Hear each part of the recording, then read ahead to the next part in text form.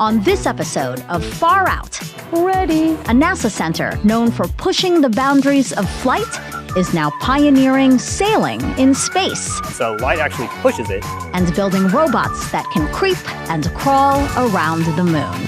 Whoa! You think you know NASA? Well, think again. I'm Megan Cruz. Come with me to experience the extraordinary, the unexpected. This is Far Out. Trivia time! There are NASA centers across the country. Can you name which opened first? Here's a hint. It's in Virginia, and an award-winning film featured some of its hidden heroes who helped get us to the moon. If you guessed NASA's Langley Research Center, you are correct. And way back in 1917, just a few years after the Wright brothers' historic flight at Kitty Hawk, Langley opened as the nation's first civilian facility focused on advancing human aviation. But nowadays, Langley isn't limited to aeronautical research. People here do all sorts of cool stuff, like Jim Nealon, who's designing and building soft robots. Let's see if we can chat with him. Jim. Hey, Megan. Oh, hey, Jim. Did you want me to come down, or are you coming up? Grab a hard hat and come on down. Okay. It's one small step for man, one giant leap for mankind. Megan, welcome to the surface of the moon. I appreciate it. It was so easy. I just went down a ladder. We do it every day. Because this here is why Jim and his team are making soft robots. NASA wants to learn how to live and work on the moon as a stepping stone to Mars. So traditional robots that we design are designed with a specific task in mind. When we go further and stay longer out in the solar system, we need systems that will be able to adapt to an unknown environment and be able to maintain and operate within that environment. Okay. Soft robots give us that ability to do that. They can form around strange unknown objects and be able to manipulate them or move around them a lot better than a traditional robot would be able to. And because soft robots, made mostly of silicone, are soft. If there are astronauts around these robots and they come in contact with the astronaut or the spacesuit, there's no damage there, so they're safe for people to operate around. I want to see these soft robots in action. So we leave the moon and head to... Our lab space is right over here. Okay. These are all the different types of soft robots we are currently looking at for possible use in space. We have a chainmail like this embedded in the silicon, right? Yeah. And you can see in one orientation, it's very easy to roll around. Okay. And the other, it locks and can take pressure or force. This kind of reminds me of that claw you see in the carnival game where you're trying to pick up a stuffed animal.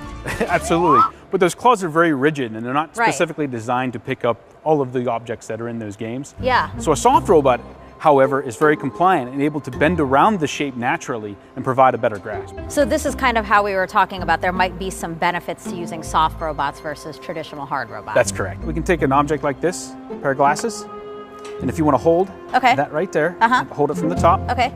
and I'll apply the air pressure. Oh, whoa. So because this is soft, like what does it allow this to do better? It can move into the different areas of the object that you're picking up and provide more surface contact for a better grasp. Okay. I wish we had a stuffed animal to like actually test your theory, this analogy that we put. I can help you. Okay, we do. We have a stuffed animal. Whoa! Look at all the stuffed animals I could have won in all those years, all the money I wasted. What does this one do? Oh, this is a very interesting new project that we're looking at that's been biologically inspired from the octopus. One of the hard things about building large structures in space is being able to outfit them with power, data, cryogenic lines. A robot like that, controlled like an octopus arm, could very easily go through the structure and place specific cables or data lines in certain areas that a traditional robot would find very challenging to reach. This is very early development. We're just learning the science behind how those octopus tentacles operate. Learning not just from Mother Nature, but also other soft robots already in use here on Earth. As they say, necessity is the mother of invention. There's a number of areas right now where soft robots are being used. Search and rescue is one of them, where these soft, pliable robots can get underneath rubble and go search for survivors. Marine biologists use them to collect delicate deep-sea creatures. Also in physical therapy, where it's helping folks regain the use of their muscles and limbs after an accident or an injury. That versatility kind of guides us to the designs that we are looking to have them used in space. Are soft robotics, is this just a very new field in general? Soft robots actually has been around for quite a long time. Since the 1950s, actually, but possibly using them in space, that is very new, thanks to recent advancements in material sciences. By now, you get why soft robots would be an asset for us on the moon. So, do you want to make one with us? We're gonna make this gripper. In this particular one, which is a gripper, we've actually embedded other fibers in it so that we can do a specific in-space assembly task. There you go. And then this is our silicone. So we mix the silicone as a two-part silicone that we'll mix in this cup right here. Okay. So you can open up the first one and dump the entire contents into that. It says stir well before using. Should I? Give it a good shake, yeah. Who wants a cocktail? Okay, this one. Shake this one too. All right, so then just open it up? Open it up and pour them both in. Okay. Yeah. Is it, so I'm assuming that these are different.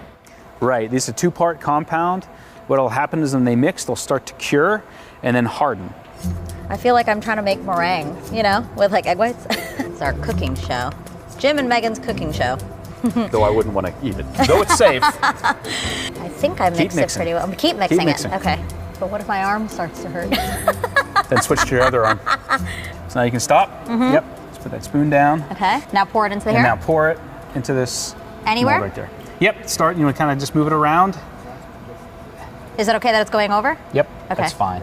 Oh, I'm so sorry. That's okay. Yep. Fill it up to the top. Okay. Excellent. I didn't make too much of a mess. That's good. No, that's okay. Pick that up. Okay. Oh my and God. and we'll move it over here. Oh my God. And this is where it gets messy, guys. All right. Oh, it's so slimy. Oh, that's Right up not on the top right of place to there. put it. Okay. All right. There you are. Now, if there's a switch on the back of the pump here, you Okay. turn that Turn on. it on. Switch. And then you close off the valve. What is this doing? This closes the valve, so now it's sucking all the air out of this structure, this dome right here, and degassing the silicone. Why is it important to get the bubbles out? If we don't get all the bubbles out, there'll be bubbles all through the mold, and it's easy to tear and break when we inflate it. While we wait, let's find out how we'll make the gripper grip. Jim says we can use computers, but that would mean a lot of additional equipment.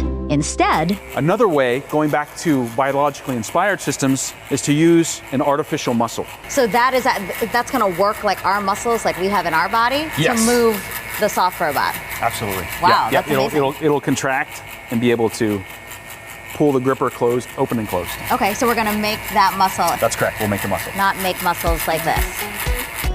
Okay, I have got a lab coat. We're at a different lab, and we're going to make a muscle. So where do we start? This is a spool of carbon fiber that we'll take a couple strands out of Okay. to start making our muscle. we're using carbon fiber for its strength and durability. It holds a lot of weight and can maintain those heavy loads. We measure out the fiber strands, then add metal ends. I don't even think I'm doing anything, actually, am I? You're slowly believing. We then give the fibers a bath in a silicone mix like we used for the soft robot mold. That does not smell great. It smells strong. It's important to coat them as much as we can because The silicon helps ensure that when we add the heat via the current that we pass through it, that the coils expand and then compress the entire length of the fiber, and that's how we get our motion of the fiber. Oh, okay. So this is what kind of ensures the movement. That's correct. Okay. It is really hard to dip in here. Messy. Very messy. Very It's messy. not a clean process. It's a very manual, messy process. after clamping down one side to hold it steady, we attach the other end to a drill to wind the separate fibers together. Doing this builds stronger muscles.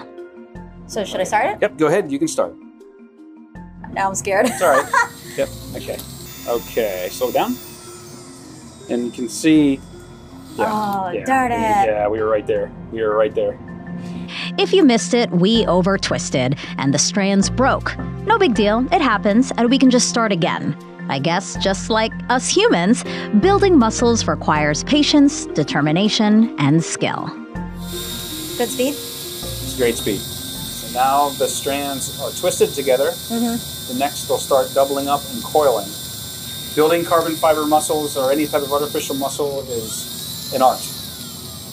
Oh my God. There we go. It's really coiling there. Great. We'll stop there. Great. Now we're going to put it on a drying rack and put it in an oven and have it dry overnight. Okay, cool. And now it's time to put our muscle in the gripper we made. I see it, yeah, it's totally opening.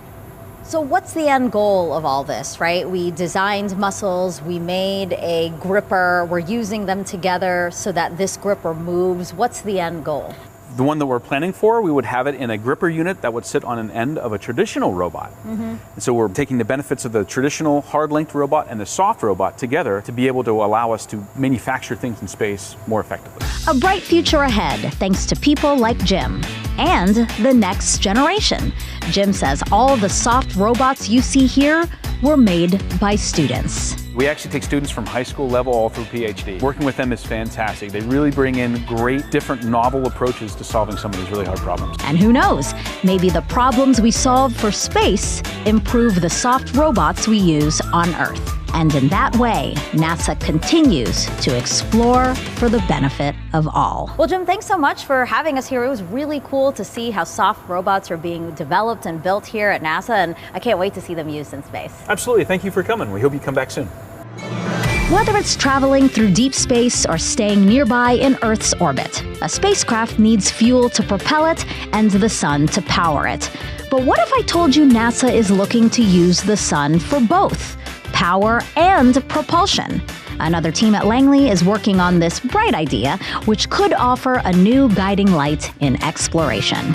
Oh, fancy meeting you here. Nice to see you. Greg. Thank you so much for having us. Greg Dean is the lead assembly, integration, and test engineer for the Advanced Composite Solar Sail System, or ACS-3.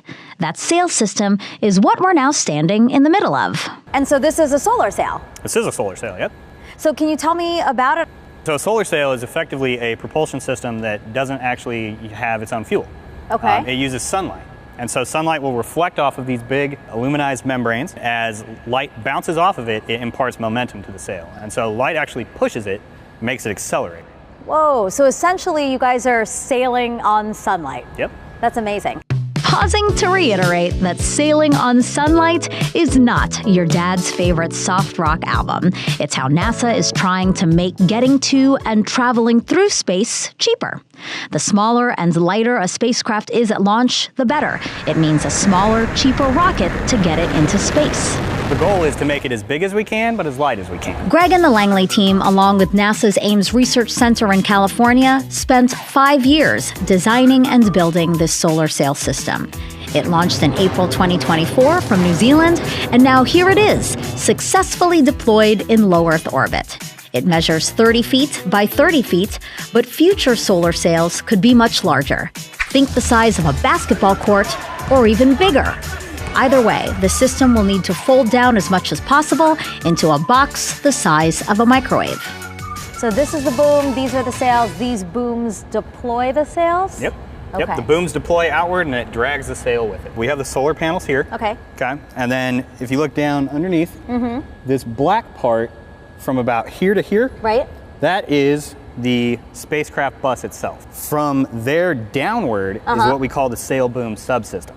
And that's where all of this packs into. So all of this actually fits in half of this box. How does all of this pack into that? Very carefully. And it all begins with folding. And since I've folded my share of laundry, origami, bad poker hands, I thought folding what looks like aluminum foil would be a breeze. I was really wrong. This one is absolutely thick, can crease, can hold shape. This doesn't hold shape at all. No, it doesn't. It's too thin. Is it okay that I do this? Yeah, hold it up. And so it just doesn't hold shape. Yep. What is this material? So this is made out of what's called polyethylene naphthalate, or PEN. That's so much easier. So all it is a polymerized plastic, similar to like a Mylar party balloon. Okay, It's just very, very thin. It's 1/50th of a hair on your head. 1/50th 1/50th. of a strand of hair. Yep. It's so thin that honestly, if it wasn't metallized, you probably wouldn't even see it. Okay, so listen, my mind was just blown. I think now we need to put one of those mind-blown emojis on the screen here. I'm beginning to think this will be more like folding a fitted sheet. Impossible, but we're gonna give it a shot. And we'll do that inside this special enclosed area where we assemble the sails. All right, let's fold this thing. So just like when you buy a new piece of electronics, we got to peel off the wrapper. Can I peel it off from this side? Absolutely can. Okay. Oh, I thought I ripped it. I had a mini heart attack. So what we're going to want to do is pick this up and bring it into our track right here. Okay. And then important thing to point out is it does like to try to roll on itself, so we'll Okay, just I try saw to that prevent already. that. Yeah. It is really hard to move this with gloves on because the gloves prevent you from feeling it, and it's already so thin, so it's like you're Yep. not touching anything. Now that you've laid down your first layer, Okay. we have these strips of paper. Right, gotcha. So what we're gonna do is we're gonna lay this down in here, Yeah. and then we're gonna Z-fold this, so we'll bring this entire edge back to us. Okay. So does this have to be perfect? No. For what we're for doing us. today. Yeah. No, but I mean for like when it flies, right? So already this edge is starting to curl. It's kind of a spectrum, let's say. Okay. It does need to be good enough. Okay. But you know, that's sort of relative because it doesn't hold a crease. That's why Greg says it takes one person, 1 work week to fold 1 quadrant. So that's a month to fold an entire sail. This is making me like never want to fold anything ever again. Ta-da! There you go. All right, I hope we did okay. Next up, we'll need to roll the sail around a spool. I'll pull the paper. Mm-hmm. What you essentially want to do is with your left hand, you're gonna turn this. Okay. And then with your right hand, Keep it you're gonna flat. pull this nice and tight against it. Because again, Okay. so this is a real size spool for the spacecraft, right? So Okay. if your quadrant doesn't fit on that at the end of this, it's not gonna go in the vehicle. I held my breath, afraid to rip the sail, which made me wonder what happens if the sail rips in space? I mean, there's a lot floating around the Earth, from micrometeorites to space debris. Greg says they thought about that too, so built rip stops into each of the quadrants by taking Kevlar thread and gluing it down in a grid pattern. That way, if something were to rip the sail, the tear would stop at the next Kevlar thread. So you lose like a section of your sail, Sure. not the entire quadrant. Hey, look at that! I'm so proud of ourselves. There you go. Remember, this is only one of 4 sail quadrants. If this were the real thing, we'd spool 3 more. Next step in the process, rolling up the booms. Think of each like a tape measure. Rigid, but you can roll it up. When unrolled, it becomes rigid again. Your job here is basically you're gonna have one hand on top Okay. to help that transition from mostly flat to completely flat. Okay. And you're gonna have another hand here just to help support it and compress it against this spool. Okay. This is kind of like what we just did with the sail. Pretty similar, yeah. Okay. And now with the click of a button,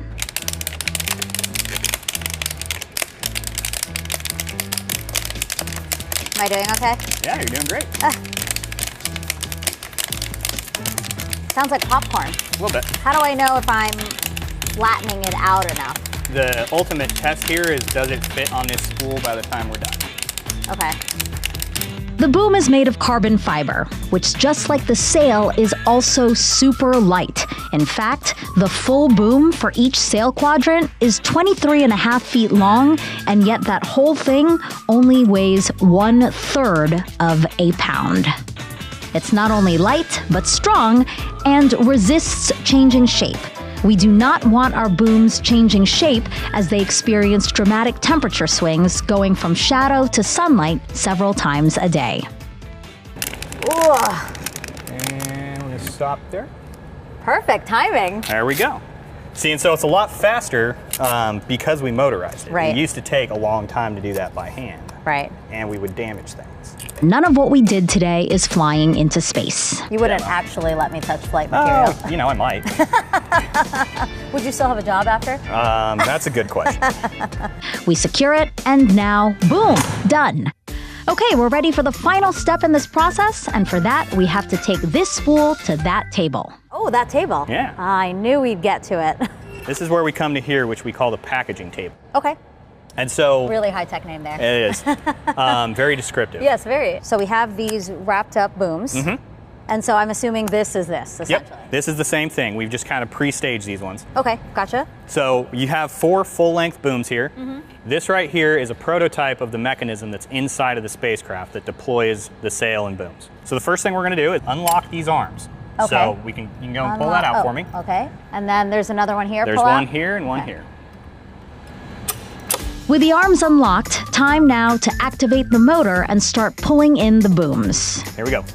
Oh, whoa. More popcorn. More popcorn.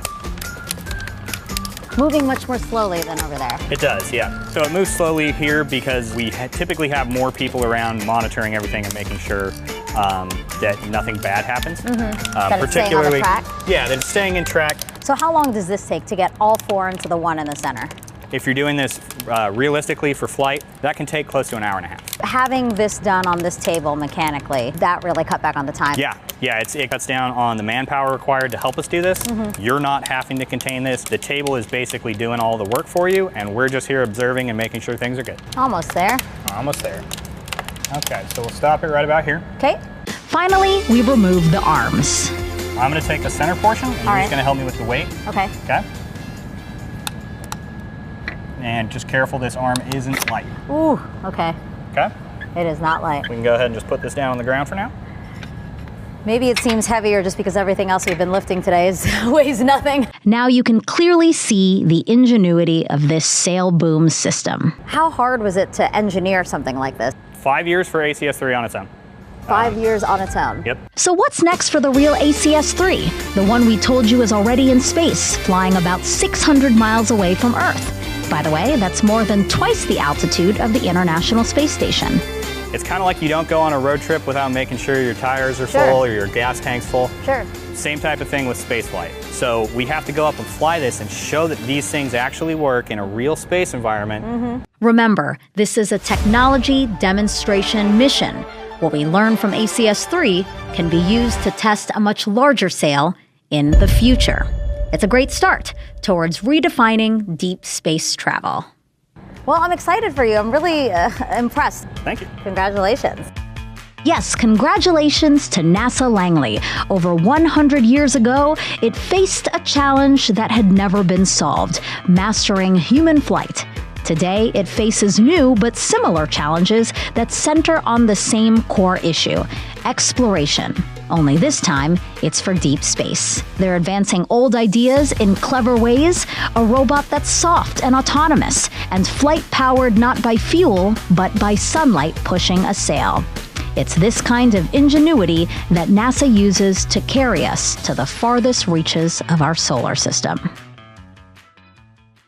We are at a different lab, and we're gonna make a muscle, if I can get this coat on. All right, here we are. Demo, take 2. Terry. That doesn't help anybody.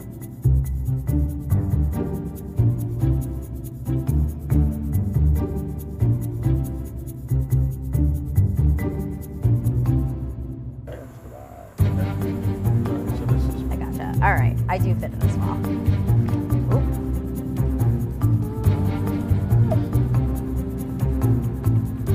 We'll show you how this solar sail could revolutionize space travel and how engineers at Langley plan to... Absolutely. Thank you for coming. We hope you come back soon. Just leave it at that. Yeah. Hope you come back soon. Yeah.